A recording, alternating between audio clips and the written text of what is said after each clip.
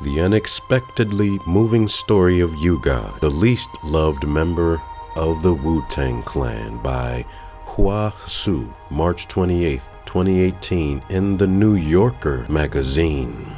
Most fans of the Wu-Tang Clan have a favorite member. You can make a strong case for at least 2/3 of the nonette. GZA has the old-fashioned flow and the foreboding intellect. Method Man oozes cunning and charisma. The late Old Dirty Bastard was pure funk, like the human embodiment of a James Brown grunt. RZA conceptualized the group's entire sound and ethos, and Ghostface Killah and Raekwon crafted their own colorfully absurdist tag team spin on traditional crime talk. A credible argument could even be made for the spry and menacing Inspector Deck. The rapper UGOD, though, who was born Lamont Hawkins, is an acquired taste. Gruff, workmanlike, more of a bully than a poet. He's not the overlooked member of the group. That would be the inscrutable and underrated Master Killer. Rather, he is actively dismissed. Even his nickname, the 4-Bar Killer, speaks to his scant role in one of hip-hop's most acclaimed ensembles. In 2016, Hawkins launched a lawsuit against the group for unpaid royalties. But it's precisely the strangeness and even fragility of Hawkins's proximity to the group that makes his memoir, Raw: My Journey into the Wu-Tang, unexpectedly moving.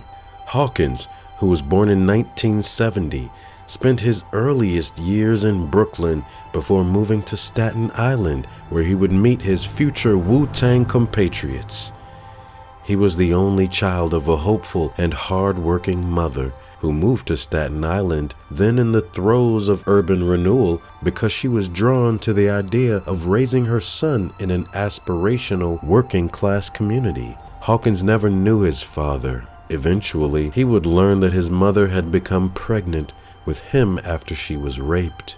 One of his earliest memories, Hawkins writes, is of hearing Minnie Riperton's "Loving you is easy 'cause you're beautiful" playing on a radio when he was 5 years old. He followed the music outside, where he saw a woman standing on the roof of a neighboring building, threatening to jump. "I remember staring up at her till my neck was stiff," he writes. "The sound of her hitting the concrete steps would resonate with me forever." It was the first of many times that he would see death up close. Nonchalance, even in the face of such horror, would become a hallmark of Hawkins's style. Elsewhere in the book, he recalls seeing his uncle bashing someone over the head with a brick. Another time, a heroin-addicted babysitter nods off in the corner. Later on, in his teens, when he was still contemplating a more traditional career path, he studied to become an embalmer, since certain things that'll queeze a motherfucker out just don't bother me. Staten Island was not immune to the drug trade and its attendant turf wars, and, for the young Hawkins, the intimacy of the place made it impossible to run away from his problems. On Staten Island, he explains, you had to stand your ground and make your claim, whereas in the teeming streets of Brooklyn or Manhattan, you could pop up someone and disappear like a fart in the wind. Hawkins was still young when he met Method Man, who would become his most loyal and compassionate friend in the music business, and other future members of the Wu-Tang Clan. In middle school, he began hanging out with RZA, whom he saw as a bit of a nerd. "To me, nerds are cool," he writes. "Nerds are non-threatening." In Hawkins' telling, the group emerged slowly and organically as friends, cousins, and friends of friends began rapping and dreaming together. They all became devoted to the 5% Nation, a movement for historical, spiritual, and almost mystical self-determination, which splintered off from the Nation of Islam. The friends were united, too, by their love of martial arts films. In the mythology they crafted for themselves, Staten Island became the slums of Shaolin. Hawkins dealt drugs throughout his late teens. His polite and unassuming air served him well with the local cops, he writes. They knew I was jingling, just not the level I was jingling on. Then, in 1992, a careless confrontation with a rival dealer landed him in prison just as the Wu-Tang Clan was working on its debut album, Enter the Wu-Tang 36 Chambers, which was released the following year. Hawkins got out in time to contribute a few verses, but he lacked sharpness and focus. The first time I grabbed the mic at a show after coming home, I got booed, he remembers. I wasn't really ready. I had the heart to try, though. He quickly accepted his role as the versatile, hard-working utility player that every championship team needs. He also repeatedly violated his parole and ended up back behind bars during key moments of the Klan's initial rise. He kept working on his rhyme skills, appearing on solo albums by other members of the Wu, and waiting for the time it would be his turn. Behind the scenes, he dealt with tantrums and mediated other people's beefs, and he did all the radio promotions and random magazine interviews that nobody else wanted to do. When the Wu-Tang Clan was ready to record its sophomore album, 1997's Wu-Tang Forever, the group rented a home in the Hollywood Hills. Fun was had, and events occasionally turned ruckus. Hawkins recounts a potential encounter with a teenage Kim Kardashian that was spoiled by Inspector Deck, and the time he had almost punched out a smug Leonardo DiCaprio.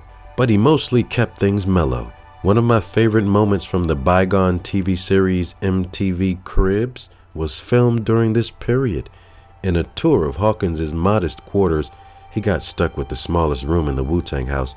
He showed off his collection of colorful, oversized blowy shirts and autographs, seeming very happy to be there. Almost every morning in the patio before going to the studio, he recalls in Raw, I would remind myself to really be present and be in the moment so I can really appreciate everything. Hawkins was still coping at the time with a horrific incident that had happened back home. While the Wu-Tang Clan was on tour, someone he knew used his son, who was just 2 years old, as a human shield during a shootout. Miraculously, the child survived, though he suffered permanent damage to his kidneys and hands. Hawkins says that, other than Method Man, the members of the group weren't particularly supportive. They rubbed their fame and their wealth in my face even more, he writes. Years before therapy seemed a viable option, he poured his emotions into one of the best tracks on Wu-Tang Forever, A Better Tomorrow. The strong must feed, someone die, someone bleed, he raps on the track.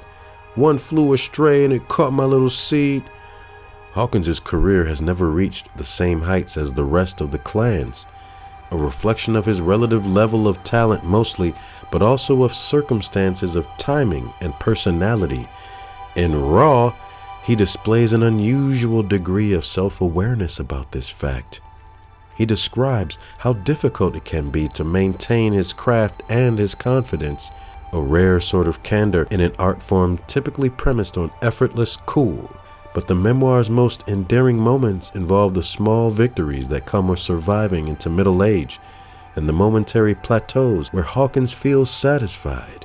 That time in 1994, for instance, that he got to experience the novelty for a black man from Staten Island of wearing a silk robe and tasting sake in Japan. Raw feels cathartic as Hawkins finds the language and perspective to reckon with his past. His moment in the spotlight may be over, but he now has something that few of his Wu-Tang brothers, still so admired by a younger generation, have: the distance to tell his own story. He has often been forgotten and has sometimes been ridiculed, but he was part of one of the great hip-hop groups of all time, perhaps the only member who is more man than myth. Ladies and gentlemen, thank you for listening to this article in The New Yorker about UGOD from the Wu-Tang Clan. Thank you for joining the voiceover MC. Peace out.